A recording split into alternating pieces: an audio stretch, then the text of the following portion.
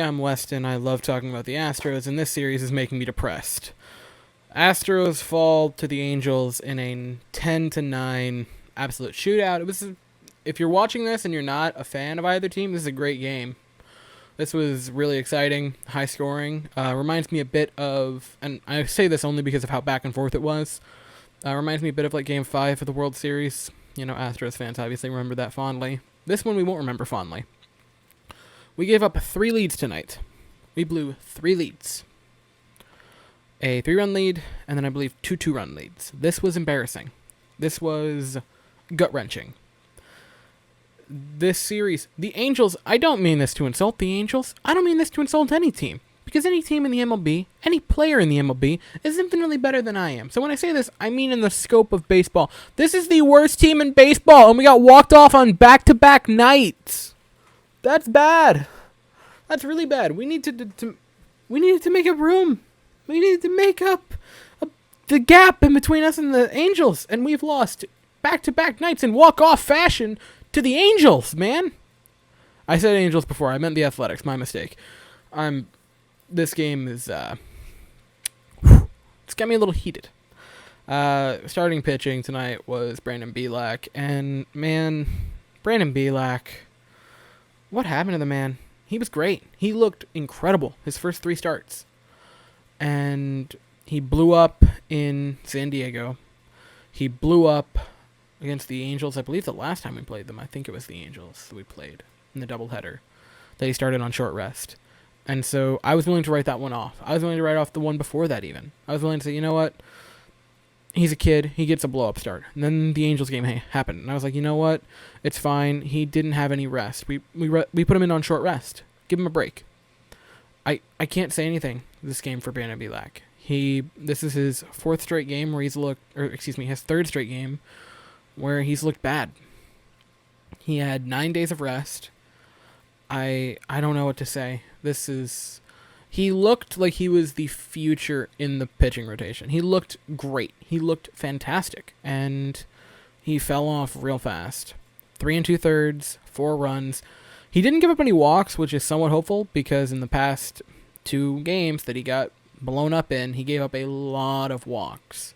So the fact that he didn't give up any is a little bit hopeful. Maybe he can rebound, but at this point, he needs to prove to us that he can take that big step and go from minor league prospect to major league pitcher and be worthy of the rotation spot. And the past 3 games have not shown that. And we have a couple players who I said both of these guys were going to make the starting rotation, are now getting healthy and almost ready to be back in the game. In Urquidy and Peacock. Peacock started warming up today, but that's beside the point. And then Urquidy starting in the next game, which is in like 30 minutes.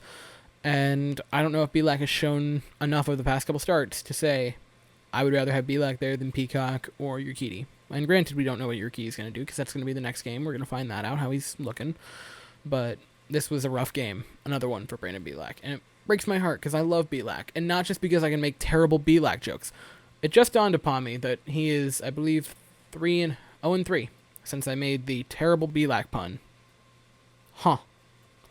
Brandon, if you're watching this, I'm very sorry that I might have ruined your career by making a terrible pun twice in that same video.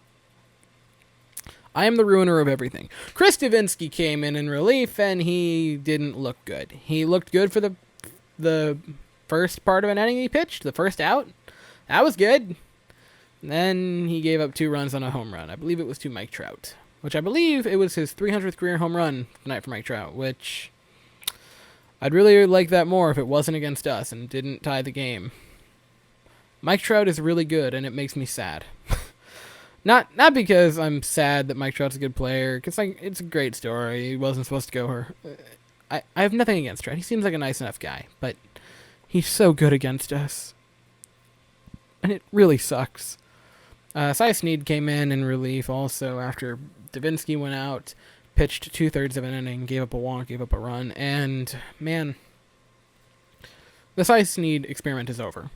We all need to agree on this, and I think everyone does.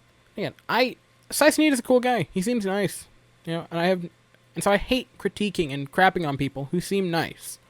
I have a hard time doing that. I have a hard time crapping on people even if they don't seem nice.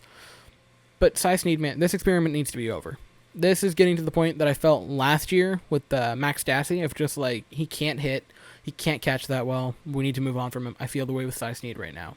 He's got decent stuff, but he has no control, and it just, the experiment needs to be over. It needs to end. We need to move on from thinking Cy Snead is a good pitcher, and mostly what we need to do is move on from putting him in tight games that we put him in a tie ball game. Like, that's mind-blowing. That's mind-boggling that we put him in a tie game. Like, what has he shown? I'm going to go on a tangent for Dusty Baker. What has he shown this year that makes you think, I want you in the tie game? Like, what has he shown to you that makes you think, yeah, he's the guy I want in a tie game? He's blown so many leads. He's blown so many games. I need to stop just crapping on our manager. But I feel like it's warranted right now. Because he also did that, and I want to mention this before I forget it. He also just didn't challenge a call where Shohei Ohtani was totally out on a caught stealing, and he didn't challenge it. It was so clear. It was so obvious. And he just sat there and didn't do anything. And why? Blake Taylor came in. He pitched a third of an inning, got out of Snead's inning, and then gave up 2 walks to start the 7th. And that's pretty much it. I don't want to say I knew it was over when he gave up the 2 walks, because I was hopeful for Paredes. But again, Paredes is a rookie pitcher, and we need to remember that. He is a rookie pitcher. He is very young. He's going to work out a lot of kinks. This is what happens when you thrust a guy to the major leagues who didn't really pitch above single A. I think he pitched 14 games in double A. I don't know. We've had so many. Did he even pitch above double A? Or in double A, excuse. I'm sorry. We've had so many, like, single A, minor, so low in the minor league pitchers pitch this season. It's hard to keep track. Paredes gave up a walk-off, which allowed them to rally 2 runs, or actually for 3 runs, in the bottom of the 7th, which the saving grace and the positive I'm going to take from that is at least we didn't go into extras, because that would have been really bad to go into back-to-back extra inning games and also having a doubleheader. But that was the end of it. And this best case scenario now is we split the series. And this is a series that we should have, by all rights, and I say this in the sense of because of how we were playing going into it, we should have swept the series. This should have been easy. This should have been, you look at it on the schedule, the Angels are the second worst team in the American League behind, like, just barely ahead of the Red Sox. This should have been a slam dunk. We should have walked in. We had McCullers, and we were getting Urquidy back, and I think, let me check my notes. I don't know who's going to be pitching tomorrow. I think, I can't quite remember. But this should have been a slam dunk. And instead, we've now dropped the first 2 games. We've had to use a lot of our bullpen. And this is a nightmare, especially remembering that counting yesterday, we have 9 games in 7 days. Yeah, this was rough. The offense looked like, again, the offense did really well tonight. We scored 9 runs in 7 innings. That's really good. And I know people might be like saying, oh, we still lost. 9 runs is really good. This was the pitching's fault. And I love our pitchers, but this was the pitcher's fault. Tucker got the scoring started in the 2nd inning with an absolute nuke to right field. Tucker is popping off this season. It's awesome to see. I believe that was his 7th home run of the year. I think he leads the Astros in home runs, which, little Kyle Tucker, he's taking that next step in the major leagues. I'm so happy to see it. OPS above 900. Tucker's taking that step, man. It's awesome. Yuli had a 2 RBI single in the 3rd that gave us a run. Then Tucker had another RBI single. Tucker came back and did another one. Why not? Then in the 5th, Springer, on a single. Springer had a triple right before that, which almost was a home run, just a few feet away, which was a bummer. And then also in the 5th, knock knock, it's Kyle Tucker again, here to hit another RBI single, which scored Straw.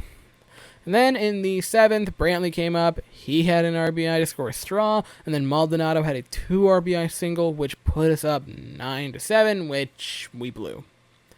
But C'est la vie.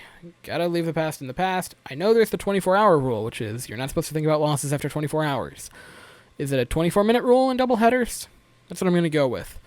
I've said it a couple times. Your Urquidy will get the start in about 20-30 minutes. Thank you for listening to my tangent. Hopefully I wasn't too negative. And I will be more positive in the next video, even if we lose. So thank you so very much for watching. I hope you have an absolutely fantastic day. And as always, go Stros.